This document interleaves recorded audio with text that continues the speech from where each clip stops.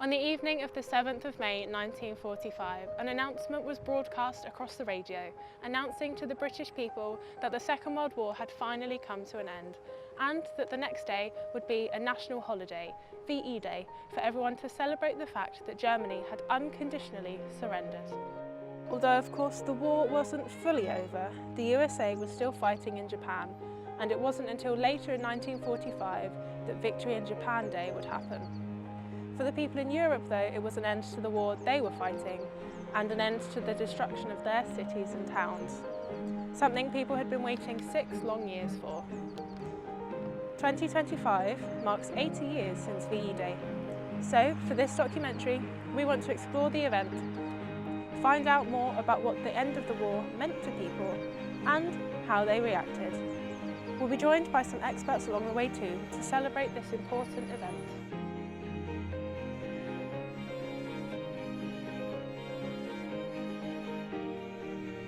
Did people really believe the war was coming to an end? What was the feeling like in Britain on the lead up to VE Day? By May, it was pretty clear the Germans couldn't win the war.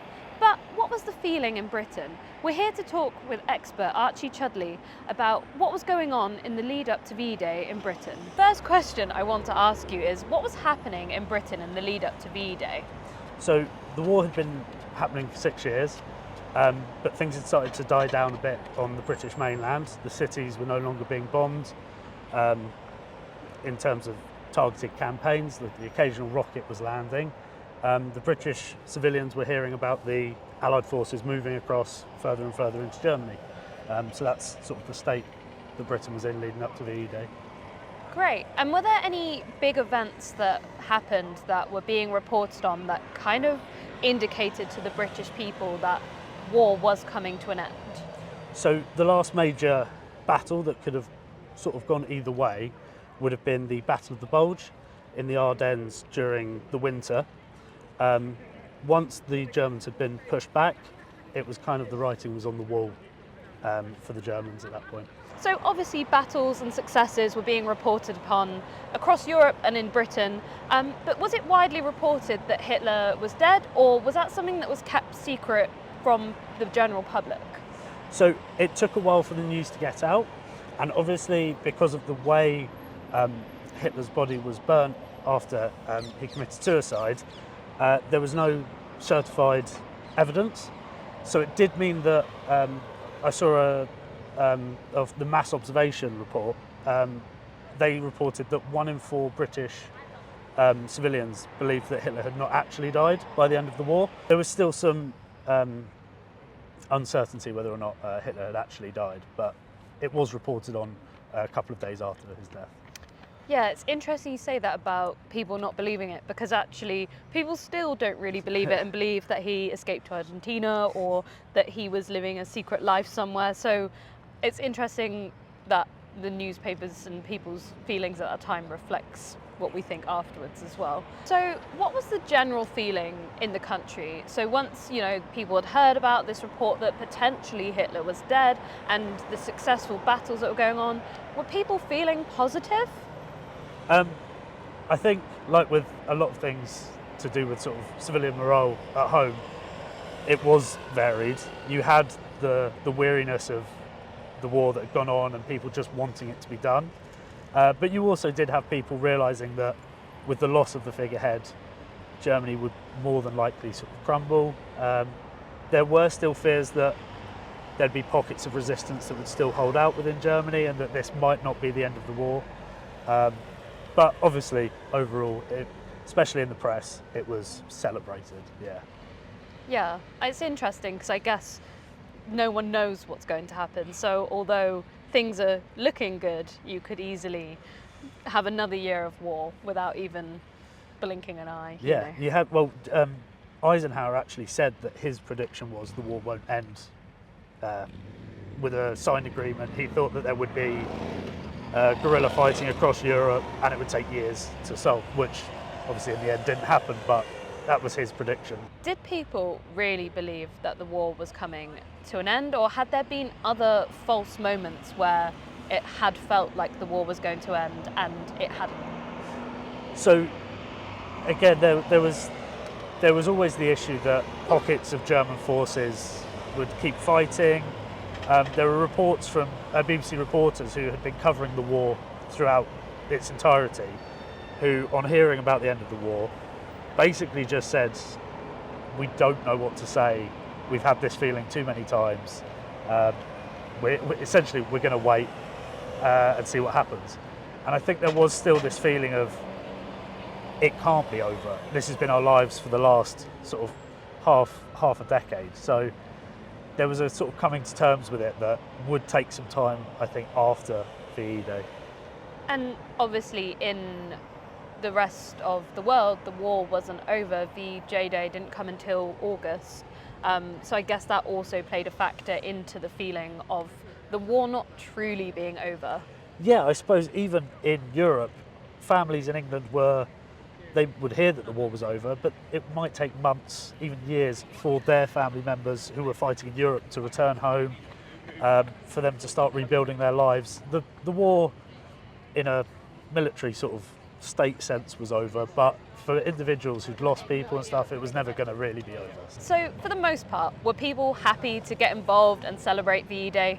So the majority of the British, and especially London population, found out the day before, quite late into the evening. That's when the sort of celebration really began, and there were mass public celebrations. And even for people for whom the war had taken a massive toll on, they managed to put that aside for the night and join in with a mass celebration that happened across London and the country. Yeah, I think most people, even despite the hardships, would definitely want to have a bit of a party. It's a momentous occasion, so I'm sure that even with the sadness, it was generally a happy day. And thank you so much for chatting with us today. It's been a valuable insight into what was happening in Britain on the lead up to VE Day. VE Day was a complicated day. It was a mix of euphoria of the war ending and the relief that war was no longer going on. But for many, it was also a sad time because of the loss of life and the disruption to people's livelihoods. But for the most part, people did get involved with the celebrations.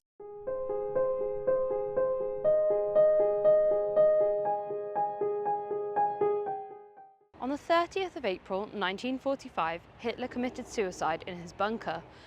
Things weren't looking good for Germany. How could they survive without their leader? I'm here to talk with expert Darcy Lee about what was happening in Germany and what the feeling was. Hi Darcy, so the first thing I want to ask you is what was happening in Germany in the lead up to VE Day? So Germany was being they were successful at the start of the war, so they had their victory in France, they had annexed a lot of Europe. However, as soon as Hitler turned his attention to the east, that's when things started going south. So Operation Barbarossa was a massive turning point because that's when he lost a lot of men on the Eastern Front and then decided to double down with the Battle of Stalingrad in 1942 to 1943, where he lost over 200,000 men, and him and Goebbels put it down to them being sacrificial heroes. However, they just abandoned their men and didn't want to keep fighting a war that they were going to lose at that point. So Hitler turned around and doubled down in denial and said, let's keep going on the Eastern Front. So did another battle in 1943 at the Battle of Kursk, and that ended badly once again. And the Allies at this point had control of the Atlantic over the Germans, who were using their U-boats to damage blockades and, well, create blockades.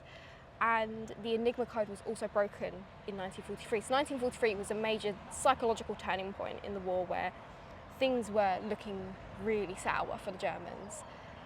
Then from 1944 onwards, Hitler was in major denial and he was convinced that there was going to be a miracle turning point in the war. So he had his men and scientists start constructing miracle weapons, most notably the V1 and V2 rockets, and he was convinced that these were going to work. However, rather than using them tactically and using that money that was used on the rockets on jets, he used them strategically to bomb London and points of historical and cultural significance in the UK, so places like Canterbury and Norwich. The Allies were getting closer, so was the Red Army, and this was majorly catastrophic for Hitler because he just didn't really know what to do. He was just head over heels delusional, thinking that things were going their way when they just weren't. At the same time, you had Italy completely struggling. Mussolini wanted to withdraw. His men were just so battered at this point. Hitler was trying to convince him, no, stay in the war, don't leave. It didn't happen, and Italy eventually fell when the Allies invaded through Sicily. So now he's fighting a war on 3 fronts, and that's too much to deal with. He's trying to defend Italy, he's trying to defend France, which eventually fell with the help of de Gaulle, and he's also trying to stop the Red Army from approaching Berlin. And the last final push that Hitler wanted to do to defeat the Allies in the West was the battle in the Ardennes, which became notoriously called the Battle of the Bulge in 1945. This was one of the most bloody battles for the Americans and the Germans, and just was an all-round catastrophe for the Germans. By this point, they were completely surrounded, so Hitler retreated to his bunker in Berlin. Rather than staying out, showing his face, he made Goebbels do all the speeches and the press talk. And by this point, they had declared total war a couple of years before, so they were just all out, sending men out, basically just to die, wasting all this money, all these men, all these lives. And then the Allies swiftly approached the bunker because Hitler had hunkered down, and eventually the Allies took over. So we know that Hitler went to his bunker, and in the bunker he committed suicide, basically ending the German war there. So who was it that actually took control of Germany once Hitler had gone, and were they the person that kind of just admitted the surrender and worked towards getting it signed? Because obviously the 30th of April to the 7th of May is not a very long amount of time. Yeah, so once Hitler was in his bunker, he decided to finally draw up a will, and in that will he named his successor as the president of a man called Dönitz. And Dönitz wasn't very confident in this role. He wasn't very happy with this role because he knew that he was just incriminating himself straight away by taking on this role, and he didn't really have a say because it's Hitler giving him that role. And he was one of the last generals who was fighting right until the end. So for Hitler, he was like, oh great, that's the perfect role. Goebbels was also there right until the very end. He was in the bunker, he was there with Hitler, but fortunately he went out the same way that Hitler did. He ended up killing himself. But once the men took over, they were only in control for about 20 days before the unconditional surrender was signed in France. And that was done by a general called General Alfred Jodl, and he was doing it on behalf of Dönitz, who just wasn't around at the time. So once the surrender was signed, what was the reaction of the German people? Were they happy, or was this a move that most of them didn't like? So you've got to remember that for the last over 20 years, these people have been infused with this propaganda of all the way from the Munich Putsch in 1923 all the way onwards. They have been conditioned to believe that this man was superhuman and that he would lead them to victory, give them retribution. So seeing this almighty man kill himself is very contradictory of what you would want to believe and what you would think that this man was capable of. It was the ultimate betrayal for the country. So people were, a lot of them were in denial, a lot of them would not accept it, so that led to a mass wave of suicides in the country, that some of the most loyal followers ended up killing themselves. And it's very unfortunate to see how a country reacted like that, and especially young people like teenagers. Not all of them ended up killing themselves, but this confusion and disillusionment of, well, what did we just do for our whole lives? Their whole lives would be conditioned through Nazism, their education, their scouts and guides, those types of things that Nazi Germany had were all curated under this idea of that Nazism was the idea, and it was infused completely. So to be told when the Americans came in with the denazification process, yes, they took off the eagles off the buildings and the swastikas, but you can't change the mentality overnight. It took a very, very long time. And people were told that the war would never be lost. They were told that this is a war that we were going to win. We will never lose against the Bolsheviks and the capitalists. We won't lose against them. But unfortunately they did. And unfortunately for them, their whole world had been turned upside down. Especially people like the SS. There was a lot of confusion over where did their loyalties lie at the end of the war. They were convinced that they were fighting and helping this country survive, when actually they weren't. Yeah, it's really interesting. And obviously we know after World War One, like the identity crisis that Germany faced from having to surrender during World War One, it's like almost they're going through the same thing, but in a more extreme way this time. What failures on the German side directly led them to VE-Day? So a lot of it was caused by Hitler directly. He made himself out to be this amazing leader, and unfortunately after 1942, 1943 onwards, he wasn't presented that way by himself. He was very he was very delusioned, and he was very medicated, so he was very unstable, he was erratic, he'd go on rants to his advisors. Rather than attending the meetings, he would skip the meetings and rather get a collective of his very loyal men and just go on a 2-hour rant about betrayal, as the increase of assassination attempts was happening, especially in 1944 when Operation Valkyrie happened, which was the big main assassination attempt. So his delusionment meant that the war was not given, or the Nazi army was not given any direction, so they were just left on their own to kind of fend for themselves.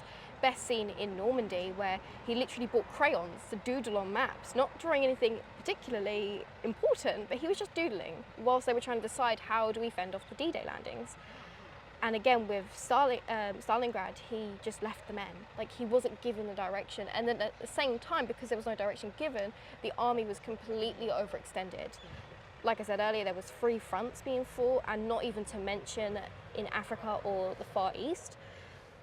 In Stalingrad, they lost so many men and a quarter of all their equipment. So they couldn't get that back. And where he was just wasting money on rockets and all these miracle weapons, nothing was being supported with the army, and it was just being completely overextended.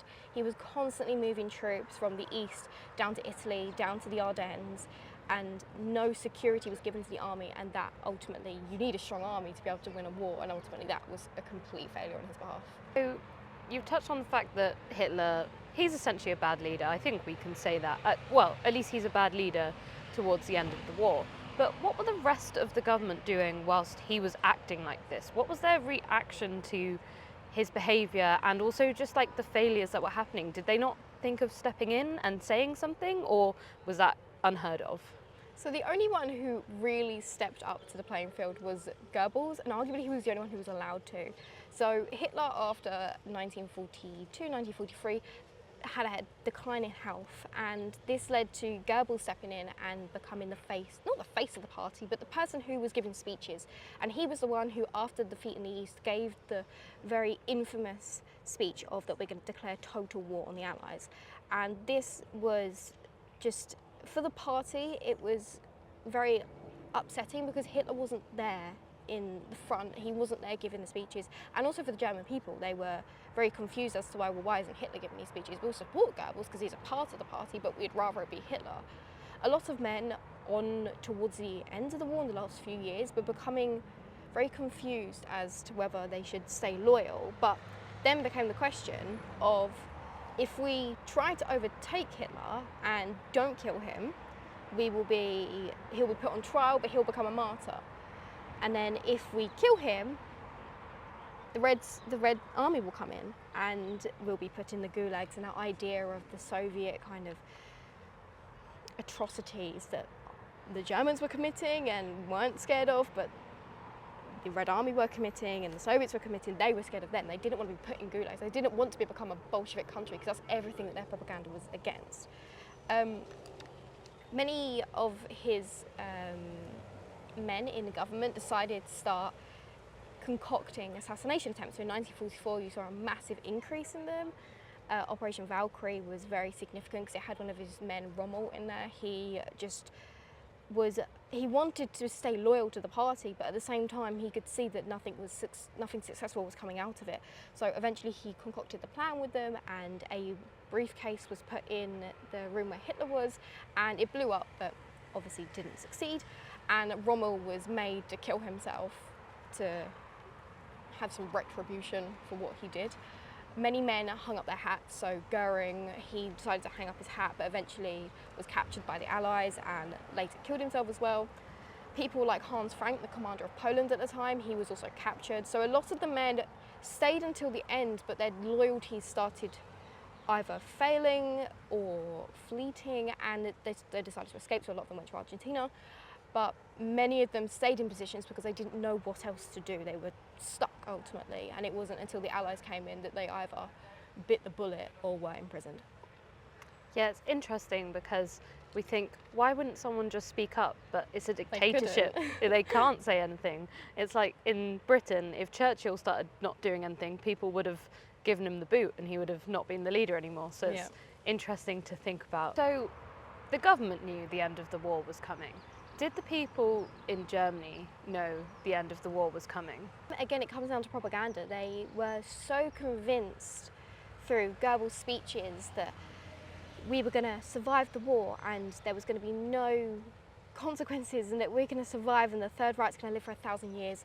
They were consumed by this idea. Many of them began not following this idea, especially the youths. So you had a very iconic example of the White Rose movement in Munich, with students handing out flyers and they were in prison for it. You had the swing youth, or the swing kids. They were teenagers who were just very Americanized. They grew their hair long, they listened to jazz, they danced in a very American style. And then you had the Edelweiss Pirates, which was the more working class youths who would beat up Hitler Youth children, and a lot of them were hung. But you had mainly the youths realising that this war was an unethical war, nothing good was coming of it. But people they didn't want to believe that the war wasn't going to be won. They were convinced that nothing would stand in their way because Goebbels was there. Even on the final days where the Allies were literally in Germany, he gave a speech saying, "We will stand our ground, we will win, nothing will come between us and winning," when ultimately it did. Essentially, the 8th of May 1945 was not a happy day for Germany. Not at all. It was an awful day for Nazi Germany. It ended the dictatorship, so many people were happy, but most of them were not. But for London, it was a very victorious day that they had finally defeated the person that they set out to defeat.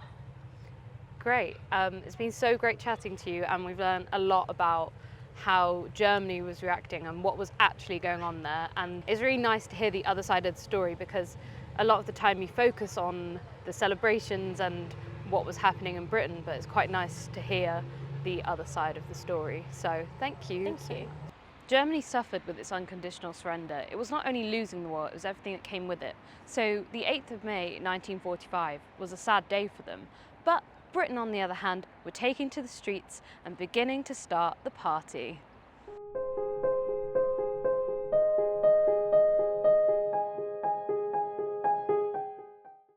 The announcement that the Second World War was over in Europe was broadcast across the radio on the evening of the 7th of May. Newspapers printed the headlines as quickly as they could, and the BBC interrupted their usually scheduled programming to share the announcement. But some people didn't hold off until the next day to start celebrating. Flags and bunting were put up across villages and cities, bonfires were lit, pubs were full, and it's understandable that people wanted to celebrate as soon as possible after the years of hardship they'd faced. And some people even gathered here at Trafalgar Square, and they even paddled in the fountain.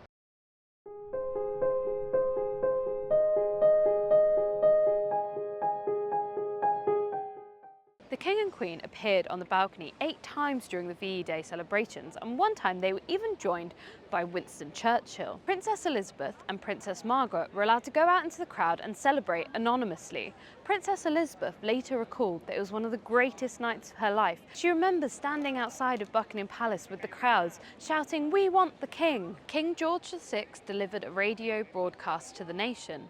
In it, he praised his subjects for their endurance and called for a lasting peace. He also reflected on those who could not be there for VE Day, saying, "Let us remember all those men in service who gave their lives, and all the women who gave their lives in service. We have come to the end of our tribulation, and they are not with us in our moment of rejoice." The VE Day celebrations lasted well into the night. Obviously, the biggest crowds were in the capital, London, but people all over the country took part in the celebrations, partying shouting, singing and dancing. And bonfires and fireworks were lit to celebrate the day. At 3 p.m. on the 8th of May, the Prime Minister Winston Churchill gave a speech officially announcing VE Day from 10 Downing Street, which is just down there. And of course, huge crowds had gathered in central London. And then later on, he appeared on the balcony of the Ministry of Health and he gave another impromptu speech to the people, where he declared, "This is your victory." And they shouted back, "No, it's yours."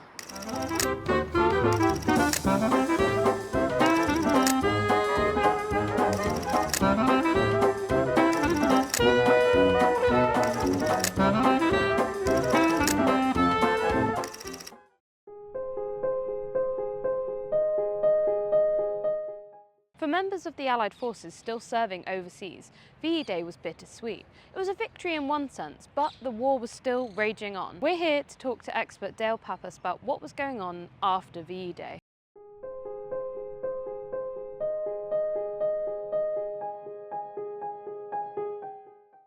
Hi Dale, so what was happening in the weeks and months after VE Day? Were people generally quite happy, or was the focusing on rebuild really kind of taking over? Well, it's really a range of emotions. We tend to focus on the celebratory images that we see or the newsreels of the time, but the reality is a bit more mixed, and that's true regardless of where we're looking at, whether we're saying Europe, whether we're saying the UK specifically, the US, Australia, wherever. There is a range of emotions, but I would say probably the most common emotion is exhaustion. And you're right, there already is that focus on the rebuild that is coming, especially for those countries in Europe. There's also, I would say, a bit of hope as well.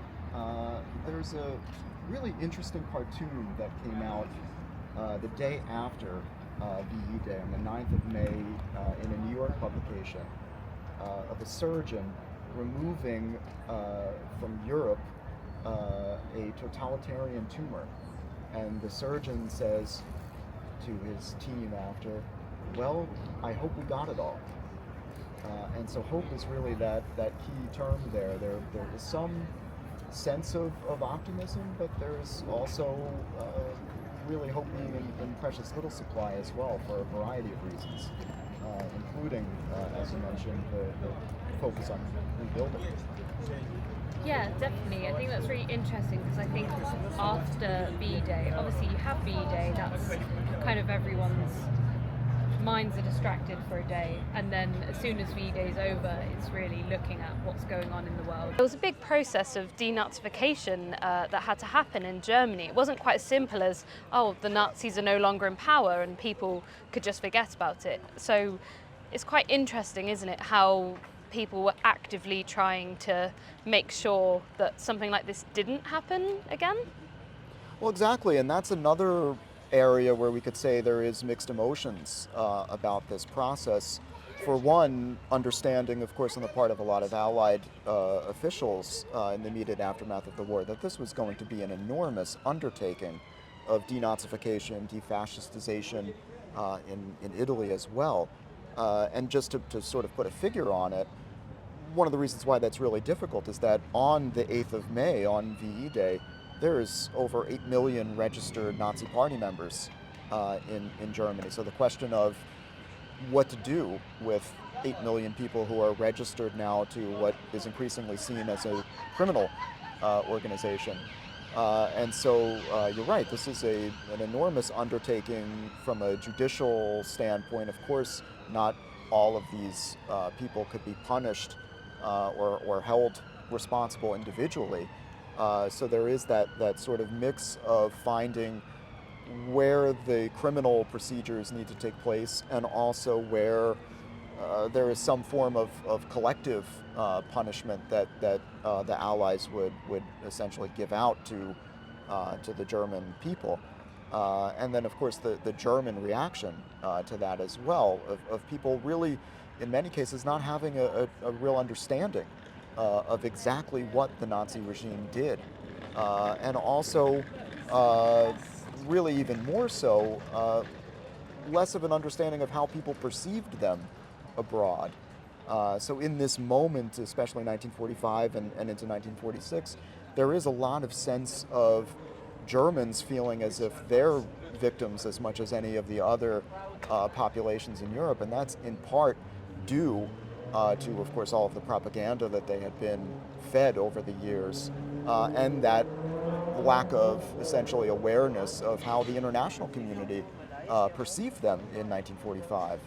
So this denazification process is a really enormous and complex undertaking. Like, they were in a bit of a bubble, weren't they, in Germany? They kind of were cut off from the rest of Europe because everyone was trying to invade them essentially at this point. So it's really interesting kind of the feelings and what was going on there. So obviously we've touched on the German, so we've touched on kind of the general feeling, but were people worried about what was going on in America, that the war was still going on for quite a lot of countries that are involved in that side of the world? Were people still concerned? Exactly. I mean, as we were talking about earlier, the 8th of May, perhaps with those celebrations, it's sort of an anomaly in that present moment, in part because the war continues in the Pacific Theater, especially, and that's definitely the sense in the United States. And of course, there was an understanding as well on the part of military personnel that they would be transferred in some instances to the Pacific Theater if they were serving in Europe. There was a joke in the British forces in Europe at that time that the BLA, the British Liberation Army, serving in Europe, meant Burma looms ahead, that they were going to be transferred to fight in the Pacific Theater at that point. So there is that sense of this war is continuing, this moment here is important, but it is not the end of this story for many people. And of course, also in America in this time, we have to remember that we're only a few weeks removed from Roosevelt's death, which was a tremendous blow to the country. And so celebrations on VE Day in America too are a little muted because of that, and also because of the fact that the fight continues in the Pacific Theater. Yeah, it's really interesting. It's almost like war isn't really over, but people, it's not on their soil anymore, essentially, in Europe. Their own homes aren't being bombed, but it still affected friends and family who might be out there fighting.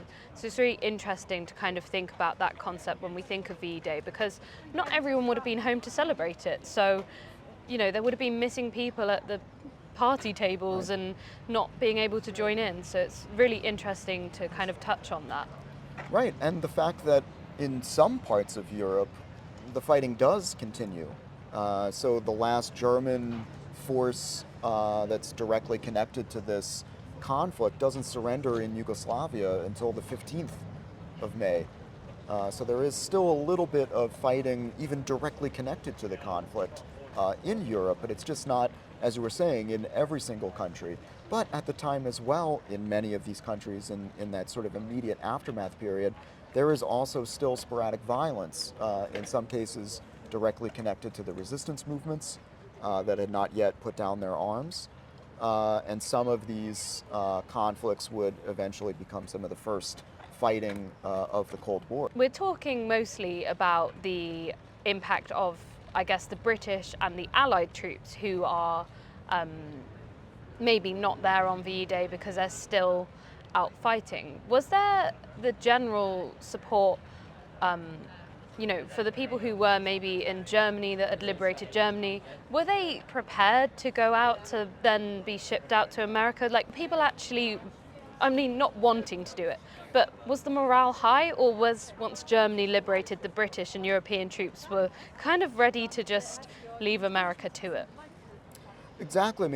I would say across really the spectrum, there is a real deflating feeling in terms of the military personnel and people connected to the military, which of course we have to remember too is an enormous amount of people in this moment because of the fact that this is a total war, right? This is a war that really everyone was mobilized for, and so much of that war effort for most countries, including the United States, was directed at Europe. I mean, 85% of the American war effort had gone towards fighting Germany at that point.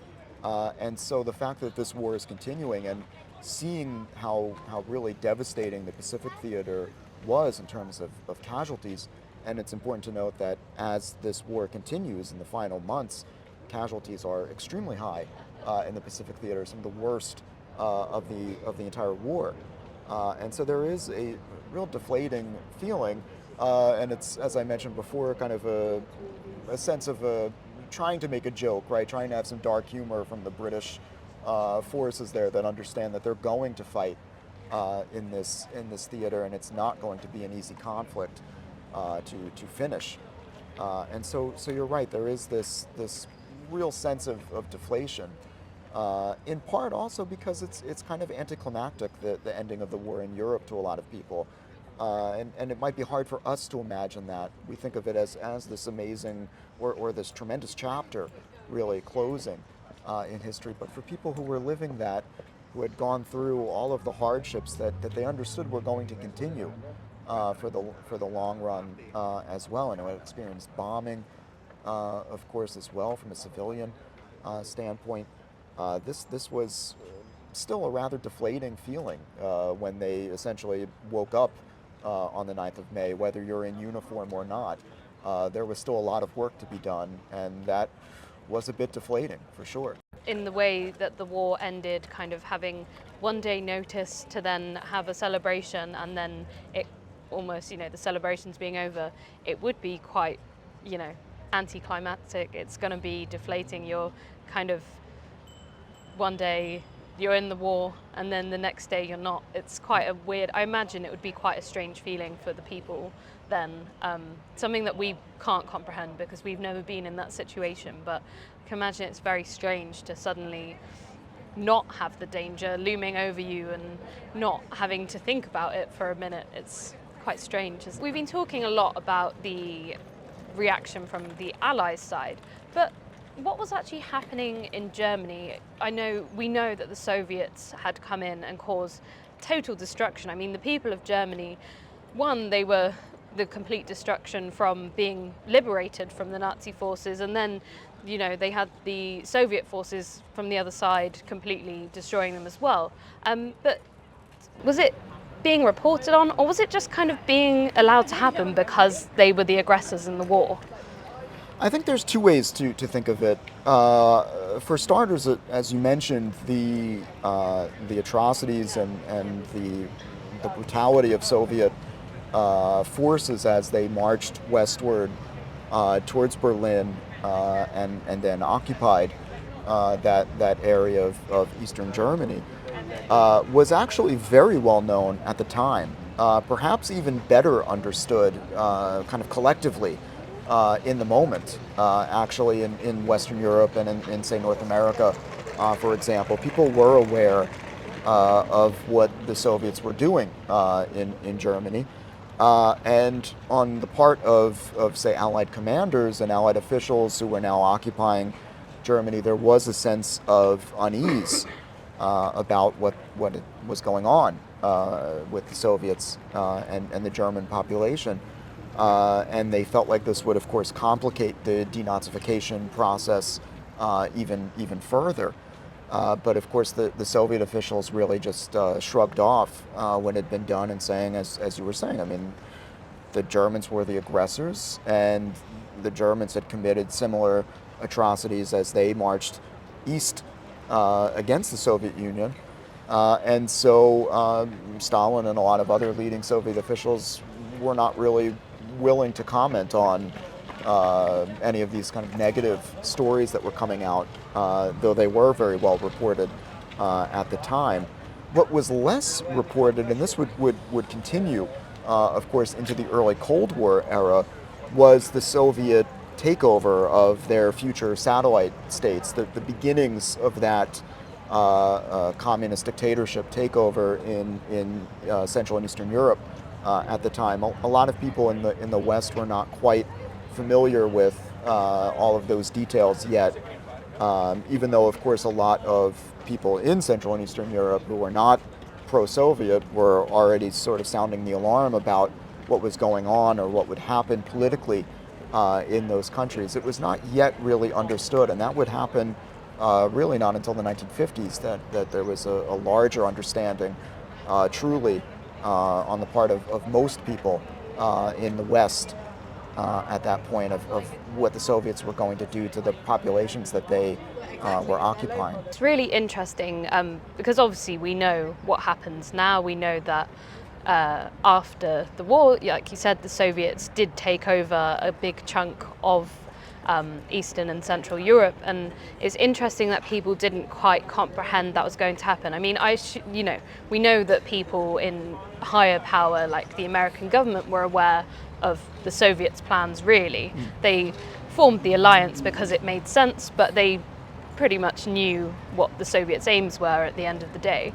But it's interesting that the kind of average person wouldn't have understood what was happening until it was too late, really, until everything had changed. The whole of Europe changed after V-Day. You mentioned there's a huge amount of people signed up to the Nazi Party. Obviously, in the eyes of most people, most German people are kind of complicit in the regime. So how did they decide to punish Nazis, and who did they decide to punish? Right, so this takes many different forms, especially in that early post-war period, specifically speaking about, say, 1945 and 1946. Of course, we tend to focus on the senior Nazi, surviving Nazi leadership and their trials, especially during the Nuremberg trials. But there is a range of punishments, again, speaking about, say, common people, Germans being, say, forced to watch documentary films about Nazi crimes, especially regarding concentration camps, say in order to receive ration cards, for instance. But this really only went so far as well. A lot of people just ignored what they saw. Speaking about that problem of how do you denazify a population, if people are going to turn away and not really respect what they're seeing, you can only do so much as an Allied official in that sense. And the same is true as far as these legal proceedings are concerned. Of course, legal proceedings would continue for many decades after, involving a range of different people who were connected to different crimes committed by the Nazi regime or their allies, and especially in Europe. But in this immediate post-war period, as we were saying earlier, we tend to focus on Nuremberg, and of course that was also part of the of difficulties as far as denazifying the population, in part because of the Soviet participation. So we're speaking about some of the well-documented Soviet crimes, especially against German people. And so this fact did not endear those organizing the Nuremberg trials to the German population. And it also damaged the Allies' reputation among especially Central and Eastern Europeans who were not pro-Soviet. They saw the Soviet inclusion in these trials as hypocrisy. That how could you allow these people, the Soviet officials who are arguably equally guilty of similar crimes, to sit in judgment on these people who are also criminals and who are also acknowledging are criminals that should be punished. And so this also further complicates the denazification process. And also, of course, speaking on collaboration, for instance, for people across Europe, in the West and in Central and Eastern Europe, these trials are equally mixed as far as how they're received by people. And that same question emerges of who should be punished, who should sit in judgment over the people who are held to have been accused of collaborating in some form. And also, of course, in this moment, especially in late 1945 and early 1946, there is other forms of justice being dealt out as well. A lot of violence being done, being visited upon people who are, in some cases, real or suspected collaborators across Europe, and some of that violence really persists in some countries, but not as much, say, in Western Europe, for example. So we see a range of responses to these different kinds of legal proceedings, and figuring out who should be punished, who should sit in judgment as well. It's a really complicated issue, and I guess there's no right answer. Whatever you do, someone will probably get away with something, or someone will be potentially wrongly accused. There's no winning, really. And I think it's interesting that a lot of the most senior members of the Nazi Party weren't available to be judged because they had already ended their own lives or been killed previously. So it's quite hard when you know who the head of the regime is that you want to punish, but you can't. You have to try and fill the gap of punishing lots of other people. What was the feeling in Europe after VJ Day was announced? Did this put people at ease, or did the Cold War just, start straight away and actually people were in another state of fear? Yeah, so the ending of the true ending of the Second World War in especially August and September of 1945 is greeted with enthusiasm in many countries. There is a sense now that this chapter has concluded, and that, say, more and more soldiers would be coming home, for instance. But the essentially wartime feeling, or the wartime conditions, are far from over, of course. And it's, yes, not only the fear that perhaps another conflict might begin, especially with the understanding now of this present atomic age, but also just the sense that people's lives do not immediately get better in most countries. Material conditions are still really difficult. And of course, in the UK, for instance, there's clothing rationing until the late 40s, food rationing until the early 50s, housing shortages well into the early 1950s as well, in places like the UK and West Germany, for instance. So there is that sense that just because the fighting now might be over, there is still a lot of work to be done, and also, of course, going back to that Reconstruction idea that we were mentioning earlier as well. So just because the fighting now is over in the Pacific Theater as well, it doesn't mean that those wartime conditions have ended yet, and they would really not for most people for several years. Although things were tough after the war, I think people still kept up that kind of wartime spirit, the make do and mend spirit, and I think that helped them get through the tough times after the war to then rebuild Europe, to make it stronger and a much more positive place to live because there was no war going on. So I think that wartime spirit seems to continue throughout. So thank you so much for chatting to us today. It's been so interesting talking about kind of the aftermath of the war. It's interesting to note, once the war's over, it's not the solution to everything. So it's really interesting to talk about that. So thank you so much. My pleasure. Thank you for having me. VE Day was a bittersweet time of celebration and a time to commemorate those who lost their lives during the war. 80 years is a momentous occasion, and it's potentially the last time we'll have to preserve the people's living memories, as those who actually witnessed it will no longer be with us. 80 years on, we'll remember those who sacrificed their lives for us, and we hope you join in the celebrations on the 8th of May.